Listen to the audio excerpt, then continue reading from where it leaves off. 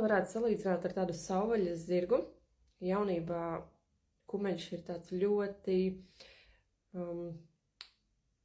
nervos, aktīvs, enerģisks, tāds neapdomīgs, avantūrisks.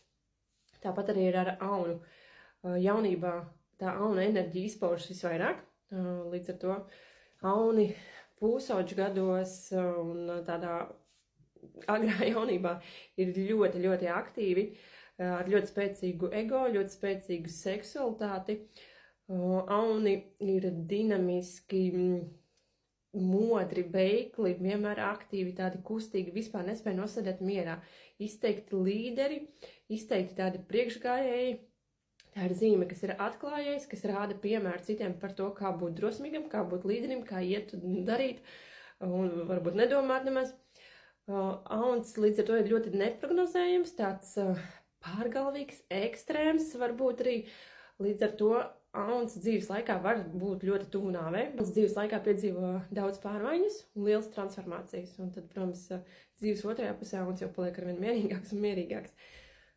Bet tā kā tā ir uguns stihijas zīme, tad auna, protams, arī tā enerģija, viņa ir līdzīga tā kā šķiltavas, kad tā kā iededz tu uguni, un tad tā uguns arī nodeg, un līdz ar to arī auna reakcija un emociju izpausmes arī var būt tādas ļoti spontānas, pilnīgi nekontrolējams, un pēc tam auns atkal nomierinās, un tā visu laiku ar tam aunam ir, tad viņš aizsilstās, tad viņš nomierinās, un tad līdz ar to arī auns ir bijis ļoti greizsirdīgs un atriebīgs, bet viņš atriebis uzreiz, viņš tur negaidīs neko, viņš atriebis un viss aizmirst un dzīvo tālāk, viņš tā kā tur nevilks gadiem neko līdzi, neturēs sevi, viņš visu laiku ir kaut kādos meklējumos, visu laiku kaut kādā ceļā. Auns vispār nespēja nosēdēt vienā, viņam ļoti nepatīk, ja viņu komandē, ja kāds viņam saka kaut ko priekšā, kas ir jādara.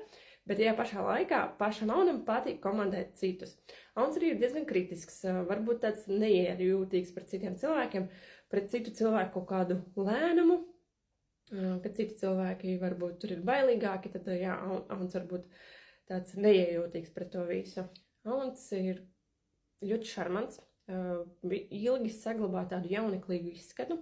Aunam ir īpaša spēja, kad auna ķermenis ātri atjaunojas. Auns spēja ātri izvesaļoties no visām kaitēm, visām veselības problēmām. Arī, ja auns satraumējas, iegriež, tad viņam sadzīst ātrāk nekā citām zodieka zīmēm. Viņam ir tāds tā kā spējas paši dziedināties.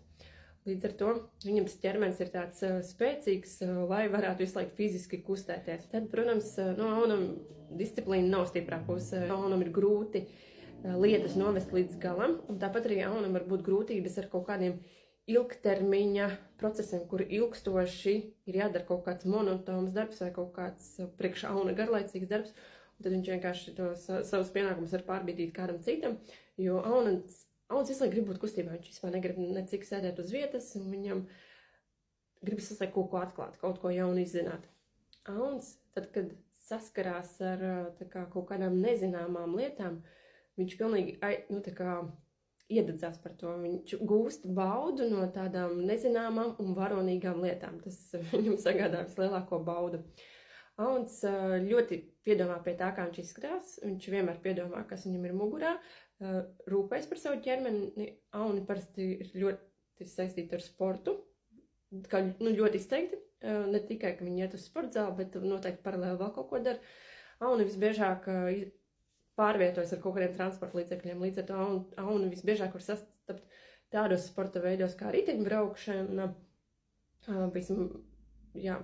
ar močiem, ar mašīnām, visur, kur ir transporta veika pārvietoties, jo aunam ļoti patīk braukt, un viņam arī ļoti labi sanāk. Protams, auns arī ir ļoti labsirdīgs pret savējiem cilvēkiem, gādīgs, tuvāk vērsim, tas ir arī tāds ļoti ģimenisks. Un aunam arī patīk dzīvnieki. Auns rūpēs par dzīvniekiem un aizstāv dzīvniekus. Un, protams, dzīves laikā auns var no sevis, diemžēl, atsvešināt cilvēkus tieši dēļ tā, ka viņš dēļ savas spontānās dabas var emociju iespējā iebiedēt citus cilvēkus, var būt pārāk skarbs un var pateikt lietas, ko nevajag pateikt. Tāpēc, jā, aunam pa dzīvi, teiksim tā, neiet viegli tieši dēļ tā viņa enerģiskuma, dēļ tā viņa nekontrolētā enerģiskuma un dēļ tās spontanitātes, un ka viņš tās emocijas savas īpaši labi nepārvalda.